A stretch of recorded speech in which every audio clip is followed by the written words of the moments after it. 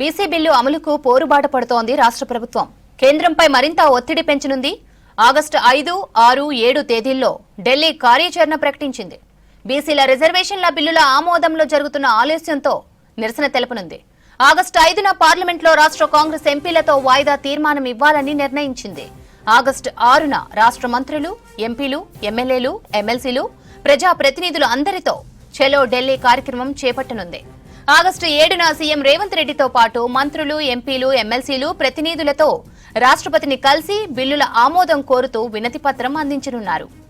ఇక ఇదే అంశంపై మరింత సమాచారం యాదగిరి అందిస్తారు. యాదగిరి, బీసీ బిల్లుపై ఢిల్లీ కేంద్రంగా ప్రభుత్వం ఏం చేయబోతోంది? శ్రవంతి, ఇప్పటికే బీసీ బిల్లుల విషయంలో ప్రభుత్వం కేంద్ర ప్రభుత్వం ఒత్తిడి పెంచే విధంగా పలు రకాల కార్యక్రమాలు చేస్తూ ఉన్నది. ఇక రాష్ట్రంలో కూడా ఏదైతే 2018లో తీసుకొచ్చినటువంటి పంచాయతీరాజ్ చట్టం ఉందో దాన్ని సవరణ చేసే విధంగా ఆర్డినెన్స్ రాజ్భవన్కు పంపారు. ప్రస్తుతం అది గవర్నర్ దగ్గర పెండింగ్లో ఉన్నది. ఇటు ఈ 2018లో చట్ట సవరణకు చేయాల్సినటువంటి ఆర్డినెన్స్ రాజ్భవన్లో గవర్నర్ దగ్గర పెండింగ్లో ఉన్నది. అటు బీసీలకు సంబంధించి స్థానిక సంస్థల్లో 42% రిజర్వేషన్లు, తర్వాత విద్యా ఉపాధి అవకాశాలకు సంబంధించిన దాంట్లో 42% ఈ రిజర్వేషన్ల అంశంలో ఈ రెండు కూడా ప్రస్తుతం రాష్ట్రపతి దగ్గర పెండింగ్లో ఉన్నాయి. ఇక ప్రభుత్వమేమో ఈ స్థానిక సంస్థల ఎన్నికలు నిర్వహించాలంటే ఏదైతే ఎన్నికల కంటే ముందు ఏదైతే ఈ జనరల్ ఎన్నికలు ఉంటాయో ఎన్నికల కంటే ముందు బీసీలకు ఇచ్చినటువంటి హామీని అమలు చేస్తూనే ఈ స్థానిక సంస్థల ఎన్నికలకు వెళ్ళాలి.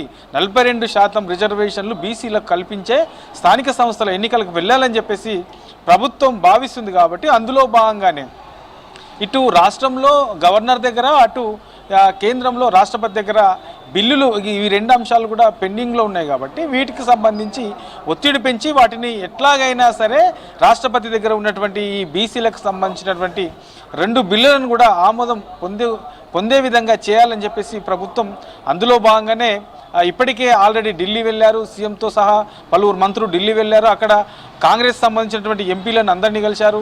సో వాళ్ళందరూ కూడా ఇక్కడ చేసినటువంటి బీసీ బిల్లుకు సంబంధించిన తర్వాత కులగణనకు సంబంధించినటువంటి అంశంలో పవర్ పాయింట్ ప్రజెంటేషన్ కూడా ఇచ్చారు. ఇక ఇటు మళ్ళా మనకు స్థానిక సంస్థల ఎన్నికల విషయానికి వస్తే హైకోర్టు ఆదేశాలేమో సెప్టెంబర్ 30 లోపు నిర్వహించాలని చెప్పేసి హైకోర్టు ఆదేశాలు ఉన్నాయి. మరి అంతలోపు నిర్వహించాలంటే ఈ స్థానిక సంస్థల ఎన్నికలలో బీసీలకు 42% రిజర్వేషన్లతోనే పోవాలని చెప్పేసి ప్రభుత్వం భావిస్తుంది. కాబట్టి దీనికి సంబంధించి కేంద్రం మీద మరింత ఒత్తిడి పెంచాలి. రాష్ట్రపతిని కూడా మరోసారి కలిసి ఈ బిల్లులకు ఆమోదం పొందే విధంగా అడగాలని చెప్పేసి వినతి పత్రం ఇవ్వాలని చెప్పేసి ప్రభుత్వం భావించింది. అందులో భాగంగానే నిన్న జరిగినటువంటి రాష్ట్ర క్యాబినెట్లో దీని మీద నిర్ణయం తీసుకున్నారో ఈ ఏదైతే రాష్ట్రపతికి సంబంధించినటువంటి దాంట్లో అందరూ వెళ్ళి మంత్రులు, తర్వాత బీసీలు, తర్వాత బీసీ నేతలు, సీఎంతో సహా అందరూ వెళ్ళి రాష్ట్రపతికి మరోసారి వినతి పత్రం ఇవ్వాలి, మరోసారి ఈ బిల్లులో ఆమోదం పొందే విధంగా నిర్ణయం తీసుకోవాలని చెప్పేసి అడగాలని చెప్పేసి నిన్న జరిగినటువంటి క్యాబినెట్లో దీని మీద నిర్ణయం తీసుకున్నారు. సో 3 రోజుల పాటు అంటే వచ్చే నెల ఆగస్టున 5, 6, 7 ఈ 3 రోజుల పాటు కూడా సీఎంతో సహా మంత్రులు, బీసీకి సంబంధించినటువంటి ఎమ్మెల్యేలు, ఎమ్మెల్సీలు, తర్వాత బీసీ సంఘాల నేతలు, సో వీళ్ళందరూ కూడా పెద్ద ఎత్తున ఢిల్లీకి వెళ్ళి ఢిల్లీలోనే 3 రోజుల పాటు వివిధ రకాల కార్యాచరణ చేపట్టాలని చెప్పేసి నిర్ణయించారు.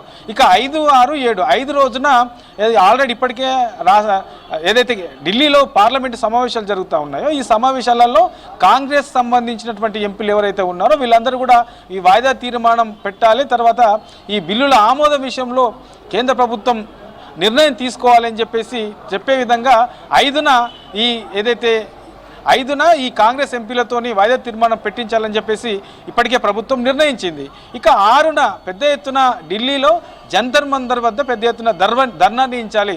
ఈ ధర్నాలో సీఎం రేవంత్ రెడ్డితో పాటు ఎమ్మెల్యేలు, ఎంపీలు, తర్వాత బీసీ సంఘాల నేతలు, ఎమ్మెల్సీలు సో పెద్ద ఎత్తున కూడా పాల్గొని ఆ ధర్నాను విజయవంతం చేసి మరోసారి తెలంగాణలో ఏదైతే ఈ 2 బిల్లులు ఆమోదం కోసం రాష్ట్రపతికి పంపారో వీటిని ఆమోదం పొందే విధంగా పెద్ద ఎత్తున ధర్నా చేయాలని చెప్పేసి ఆగస్టు 6న నిర్ణయించారు. ఇక 7న రాష్ట్రపతి దగ్గర ఉన్నటువంటి 2 బిల్లులకు సంబంధించిన దాంట్లో మరోసారి 200 మంది ఎమ్మెల్యేలు, ఎమ్మెల్సీలు, తర్వాత ఎంపీలు తర్వాత వీరితో పాటు బీసీ సంఘాల నేతలు, సో వీళ్ళందరూ కూడా కలిసి దాదాపు 200 మందితో కలిసి రాష్ట్రపతిని కలిసి మరోసారి వినతి పత్రం ఇవ్వాలని చెప్పేసి కార్యాచరణ నిర్ణయించారు. సో 3 రోజుల పాటు కూడా ఢిల్లీలోనే ఉంటూ బీసీలకు సంబంధించినటువంటి బిల్లులను ఆమోదం పొందే విధంగా అవసరమైనటువంటి అన్ని చర్యలు చేపట్టే విధంగా సో కార్యాచరణ అయితే ప్రభుత్వం ఇప్పటికే ఆల్రెడీ ప్రకటించింది.